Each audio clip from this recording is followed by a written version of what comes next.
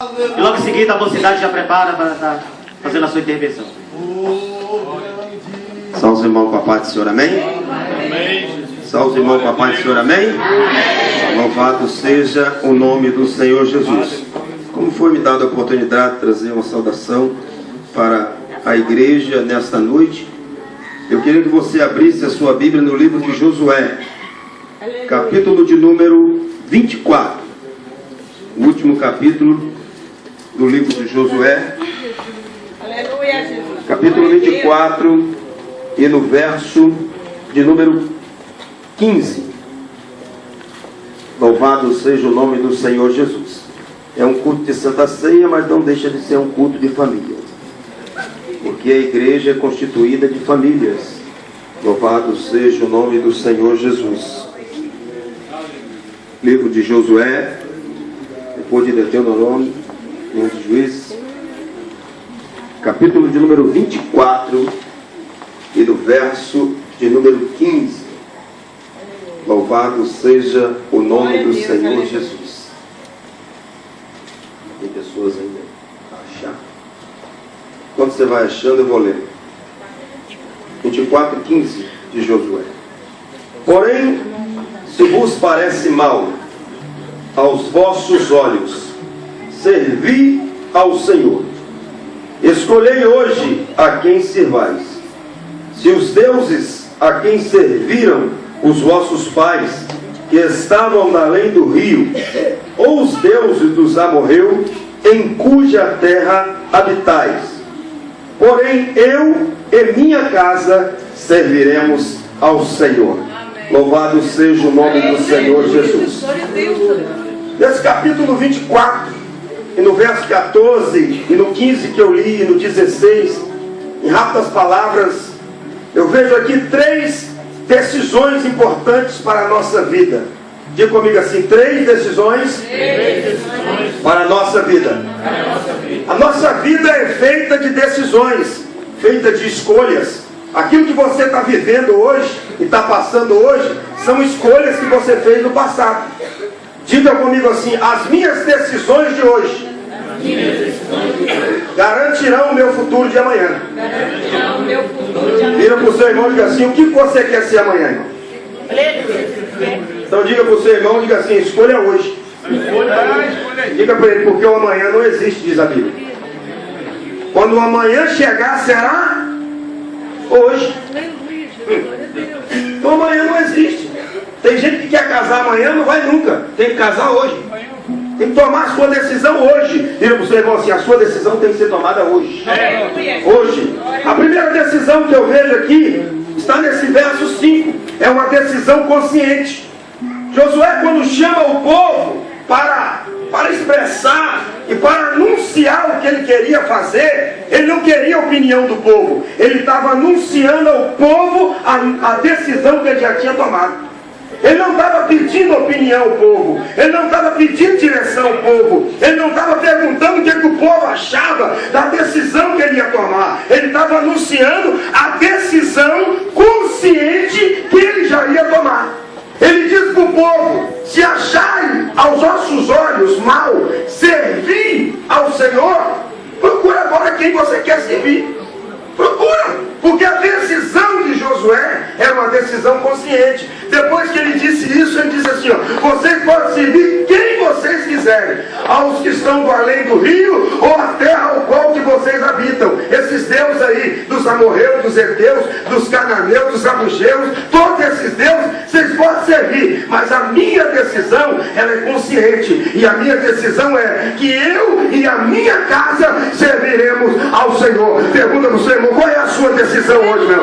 Qual é a sua decisão hoje? A Bíblia diz que nós não podemos ficar cocheando em dois pensamentos.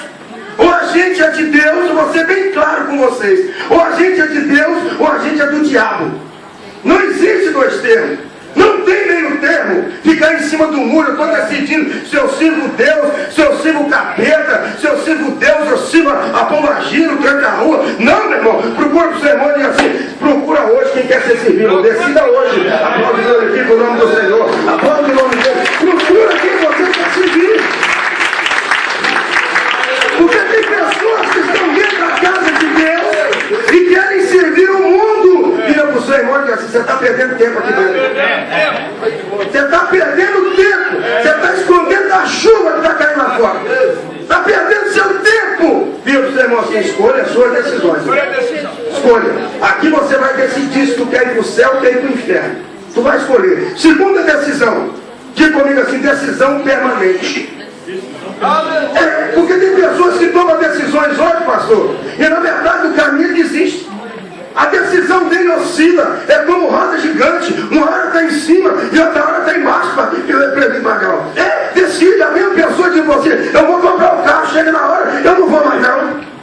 Eu não sei, irmão, assim, a sua decisão não pode oscilar não, irmão. Pode não.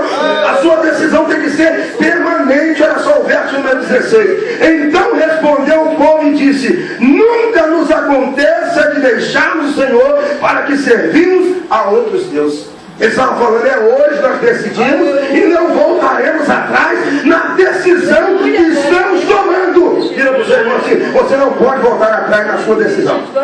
Se a sua decisão é prosseguir, prossiga. Se a sua decisão é parar, pare. Isso é um problema seu, já não é meu mais. Entenda uma coisa, Jesus diz assim, nega a si mesmo, toma a tua cruz e me siga. A decisão, ela tem que ser permanente. Diga comigo assim, decisão consciente, decisão permanente, diga comigo assim, decisão restauradora. A sua decisão será que tem restaurado a sua vida ou tem arruinado? A sua decisão tem restaurado vidas ou tem arruinado vidas? A sua decisão tem frutificado ou ela tem morrido? Tem sido uma decisão estéril que não produz nada, que não produz fruto. O Senhor diz para os discípulos, vai e dê fruto e o vosso fruto permaneça. Olha só, verso número 14 dizia, agora pois temei ao Senhor. Olha só, primeira restauração, temer a Deus. Tem gente que quer ser restaurado por Deus, mas não quer temer a Deus. Ele não tem o temor de Deus no coração. Eu vou fazer aqui e depois lá, Jesus me limpa com teu sangue. Limpa mesmo, irmão. Mas o sangue de Jesus não é sabão Skip, não, meu irmão. O sangue de Jesus não é aquele sabão líquido que você lava prato quando você vai lá no Pingo Doce, ou você vai no Mini Preço, no modelo, compra lá quando acaba. Não. O sangue de Jesus, a Bíblia diz que ele purifica de todo pecado, meu irmão. Se nós estamos caindo no demorão, é porque não estamos deixando ser purificados por esse sangue. Estamos aqui diante de uma Santa Ceia, coisa séria. Coisa séria. Por isso que Paulo diz, há uns que morrem, tanto não tem restaurado. Quantos chefes de casa tomam decisões de destrói a sua casa? Quantas pessoas tomam decisões e acabam? A decisão de Jonas foi fugir da responsabilidade de entregar o recado de Deus aos ninivitas. Mas só que eu te falo um negócio. Muitas vezes, pastor João, as decisões que pessoas tomam não arruinam a sua vida dele.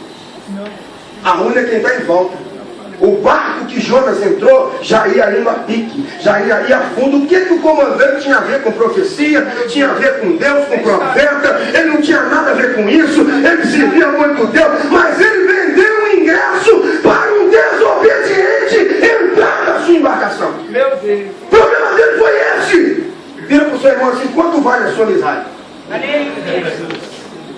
Vira para o seu irmão assim, quanto vale o seu ministério? Quanto vale a sua salvação? A pessoa vem e fala, ó, eu dou X para você ser meu amigo. Mas você não vale nada, eu estou pagando a sua amizade. Rabachanda, rabacala, basura. A embarcação daquele homem ia a fundo. E ele não tinha nada a ver com isso. Mas ele abriu a porta com desobediência entrar. A decisão que ele tomou arruinou quase a sua embarcação e aqueles que estavam com ele. O Senhor disse, olha, Josué disse, temei o Senhor, servi com sinceridade. Quantas pessoas têm sinceridade com Deus? Quantas pessoas só têm sinceridade de boca? Deus, eu vou ser, eu vou fazer, eu vou cumprir, eu vou. Na hora não faz nada. Roda. E no final não faz nada. Porque a sua decisão tem sido não uma decisão sincera. Deus vira para o seu irmão e diz assim, Deus conhece o seu coração. Deus sabe que o que sai da sua boca é sincero. Tem sinceridade nisso, ele diz, e ele não é só com sinceridade não, é com verdade. Jesus sempre teve uma palavra de verdade. Quando alguém vinha perguntar alguma coisa a Jesus, ele tinha uma frase categórica que ele dizia, na verdade eu vos digo. essa verdade dizia, vai acontecer. O que eu estou falando, pode anotar porque vai acontecer. E ele diz mais para me encerrar aqui. Então aí ele diz assim, com verdade. E deitai fora, isso aqui é muito forte, irmão. Deitai fora os deuses estranhos. Vira para o seu irmão e diz assim, qual é o Deus estranho que está aí, irmão? Qual é o Deus estranho que está aí no lugar de Deus? Qual é o Deus estranho que não deixa o Espírito Santo operar aí? Qual é o Deus estranho que não deixa você participar da Santa Ceia do Senhor? Porque com Deus estranho ninguém pode participar dessa ceia. Deus não pactua com a mesa de demônios. É preciso pregar a verdade, meu. A palavra de Deus não faz curva. A palavra de Deus não encobre o pecado. A lei encobrir o pecado. Mas a Bíblia diz que Ele é o Cordeiro de Deus que tira o pecado do mundo e da humanidade. Ele diz, deitai fora os deuses estranhos ao qual serviram os vossos pais. Sabe o que eu vejo isso aqui? Qual é a raiz do passado que está agarrado em você? Aos vossos pais. Está falando de raiz. Está falando de coisa lá atrás que tu fazia e continua fazendo. A porcaria que tu fazia e continua fazendo até hoje.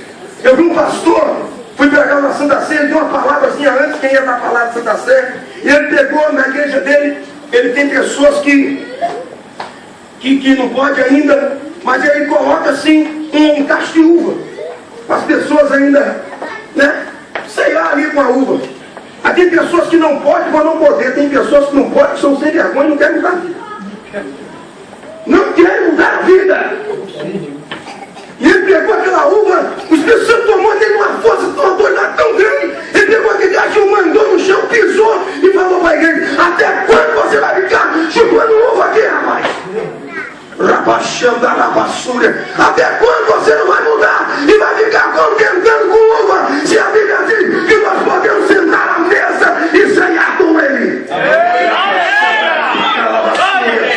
Vira para o seu irmão e diz assim, ele não vai sentir ofendido, só se a carapuça encaixar. Vira para ele e fala assim, até quando vai ficar chupando uva? Até quando você vai se compensar com essa vidinha? Está tudo bonzinho, meu glória a Deus, meu aleluia. Ah, minha igreja, está tudo bom. Não, precisamos fazer uma coisa para mudar a história. E ele disse assim, olha só, aos quais serviram vossos pais, raiz. Quantas pessoas enraizadas lá atrás ainda. Não adianta o pastor João derramar 60 mil litros de óleo na sua cabeça, se você estiver ainda enraizado lá atrás, preso lá atrás. Ah, pastor, eu quero ir, então se desprende, meu irmão, do que te prende lá atrás. Vira para o seu irmão e diz assim, corta o cordão umbilical do mundo hoje.